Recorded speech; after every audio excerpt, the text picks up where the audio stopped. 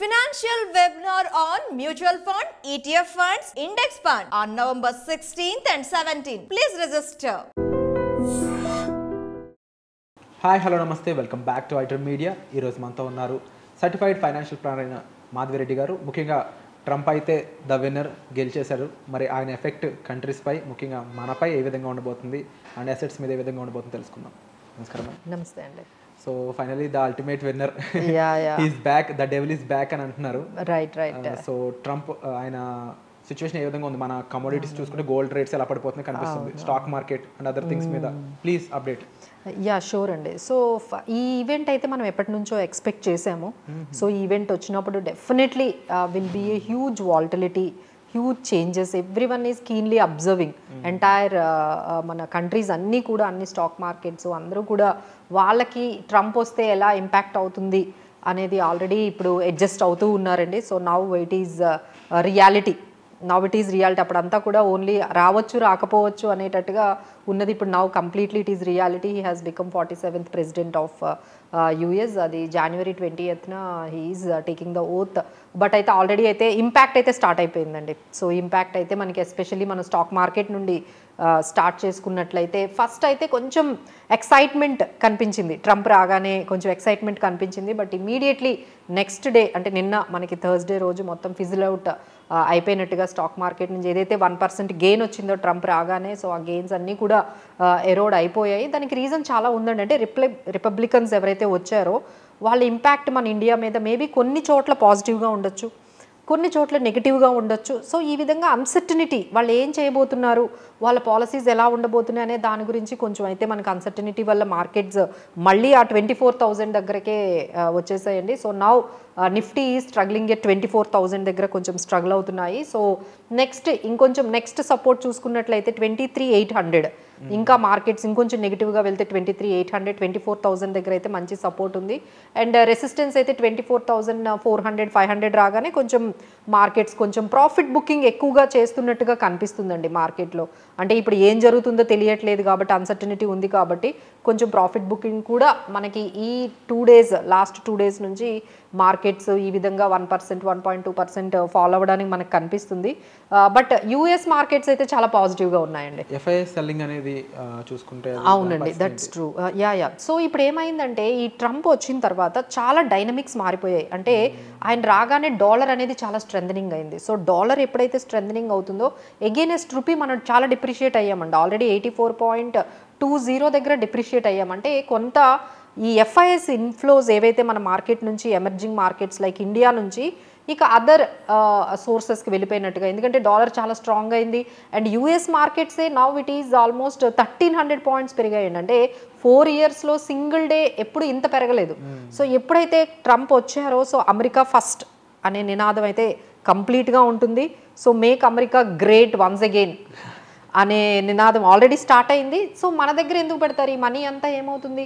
Now again getting back to the US markets and because they are outperforming India.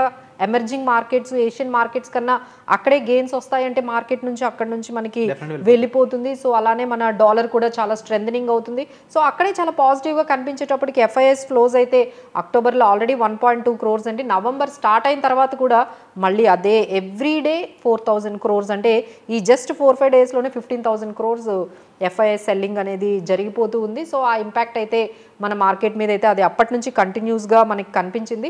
Recent ఇంకొక latest development ఏంటంటే Fed rate cut.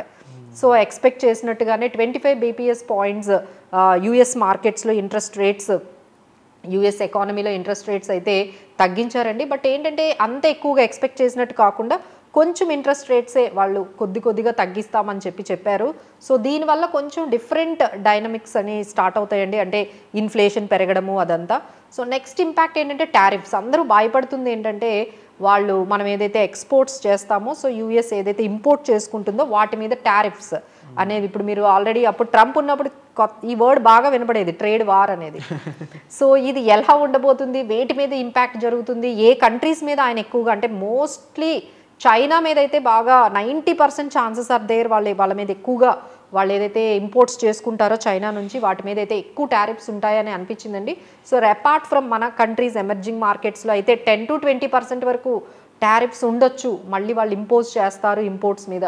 So వాళ్ళు imports మీద impose చేశారంటే అక్కడే inflation పెరుగుతుంది, వాళ్ళకి goods కొంచెం మనకి కొంచెం వాళ్ళకి యూఎస్లో రేట్స్ పెరుగుతాయి, మన ఇండియాలో మనకి కొంచెం ఈ టారిఫ్స్ వల్ల ఇబ్బంది అయితే కొన్ని సెక్టార్స్ లైక్ ఫార్మా కానీ ఇలాంటి కొన్ని టెక్స్టైల్స్ కొన్ని సెక్టార్స్ ఉన్నాయండి, అవి అయితే కొంచెం ఇంపాక్ట్ జరుగుతాయి. So all those things are very much fluctuating news అయితే అవుతుంది, అన్సర్టనిటీ అయితే మనకి కనిపిస్తుంది. అండ్ నెక్స్ట్ ఏంటంటే మనకి ఇక్కడ ఉన్న న్యూస్ అంటే this is all global news. So మీరు చెప్పినట్టుగా కమోడిటీస్ మీద అయితే చాలా ఇంపాక్ట్ పడిందండి.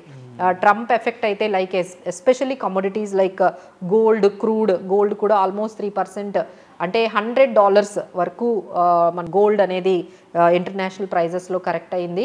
అలానే క్రూడ్ కూడా చాలా వరకు తగ్గింది.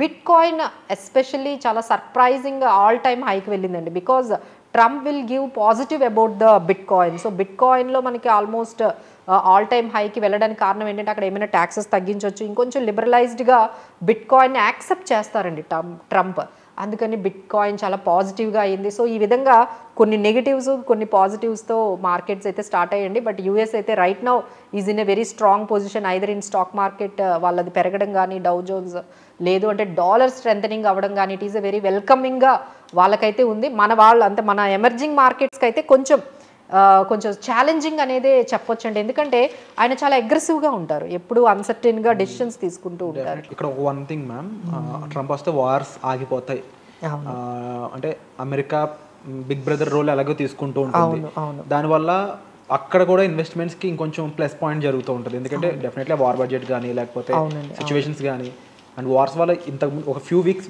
బ్యాక్ చూసుకుంటే ఇరాన్ ఇజ్రాయెల్ ఇష్యూస్ కానీ ఇవన్నీ మనం ఎంత ఇంపాక్ట్ అయ్యి చూసాం. సో డెఫినెట్లీ అండి జియో పొలిటికల్ సిచ్యువేషన్స్ అన్ని కూడా ఇప్పుడు మారిపోతాయి.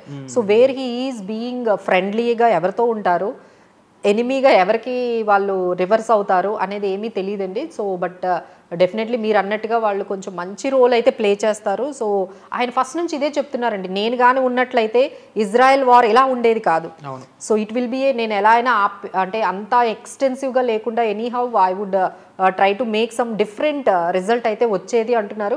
సో ఫైనల్గా ఆయన వచ్చేసారు. సో లెట్స్ ఈ జియో పొలిటికల్ టెన్షన్స్ కానీ ఈ క్రూడ్ ఆయిల్ తర్వాత ఈ stock market as well as dollar bond deals అన్నీ కూడా ఇంపాక్ట్ అవుతున్నాయండి. So now everything is consolidate అవుతున్నాయి. So maybe after few more weeks తర్వాత కానీ మనకు అవన్నీ సెటిల్ అయ్యేటట్టు కనిపించట్లేదు. Right now it is very uncertain for Indian markets itself. So అందరూ కూడా చాలా జాగ్రత్తగా ఇన్వెస్టర్స్ ఏ సెక్టార్స్ దానికి ఇంపాక్ట్ అవుతుంది, ఏ సెక్టార్స్ మనం తీసుకోవాలి, ఎలాంటి స్టాక్స్ తీసుకోవాలి అనే విషయంలో అయితే జాగ్రత్తగా ఉండాలి. Otherwise they can wait and watch for some time. Markets అంతా సెటిల్ అయిన తర్వాత then they can enter slowly basing on the information. Wonderful ma'am. And లాస్ట్గా ముగించే ముందు చైనా మీద ట్రంప్ ఎఫెక్ట్ యా డెఫినెట్లీ అండి, ఎందుకంటే వాళ్ళ మీద అయితే మాత్రం టారిఫ్స్ ఆల్రెడీ 90% ఛాన్సెస్ అయితే టారిఫ్స్ ఎక్కువగా పెంచే అవకాశం ఏ కంట్రీ మీద ఉందంటే అది చైనా అండి. మన దగ్గర కూడా టారిఫ్స్ ఉంటాయి కానీ బట్ తక్కువ పర్సంటేజ్, మేబీ 10% 20% మధ్యలోనే వాళ్ళు టారిఫ్స్ పెట్టొచ్చు. But when it comes to China 100% tariffs పెట్టే అవకాశాలు అయితే కనిపిస్తున్నాయి. వాళ్ళు ఇది చాలా ఎక్స్పెక్ట్ చేసినట్టుగానే కనిపిస్తుందండి చైనా వాళ్ళు, ఎందుకంటే ఆల్రెడీ వాళ్ళు స్టిమ్యులస్ ప్యాకేజ్ స్టార్ట్ చేశారు. సో వాళ్ళకి తెలుసు ఇలా ట్రంప్ వస్తే మాది కొంచెం నెగిటివ్ అవుతుంది, సో దాన్ని కాంపన్సేట్ చేయాలి అంటే మనము మన డొమెస్టిక్గా ఇంకొంచెం స్ట్రెంథనింగ్గా అవ్వడానికి ఆల్రెడీ వాళ్ళు స్టిమ్యులస్ ప్యాకేజెస్ కానీ లేకపోతే డెట్ స్వాప్స్ కానీ చాలా వాళ్ళు స్టార్ట్ చేశారండి. స్టెప్స్ అయితే వాళ్ళు తీసుకున్నారు ఈ డ్యామేజ్ ఎలాగైనా ఆపడానికని. So let's see how Asian markets will respond due to the Trump effect. తప్పకుండా ఎదురు చూడాలి మ్యామ్. సో ఏం జరుగుతుందో నేను వెయిట్ చేస్తున్నాను. సో దీనికి సంబంధించి మీకు ఎటువంటి డౌట్స్ ఉన్నా సార్ మీ డిస్ప్లే అవుతున్న నెంబర్స్ కాల్ చేసి రైట్ నా ఇప్పుడున్న మార్కెట్కి సంబంధించిన అప్డేట్స్ అనేది తెలుసుకోవచ్చు. And thank you so much for the information. Thank you.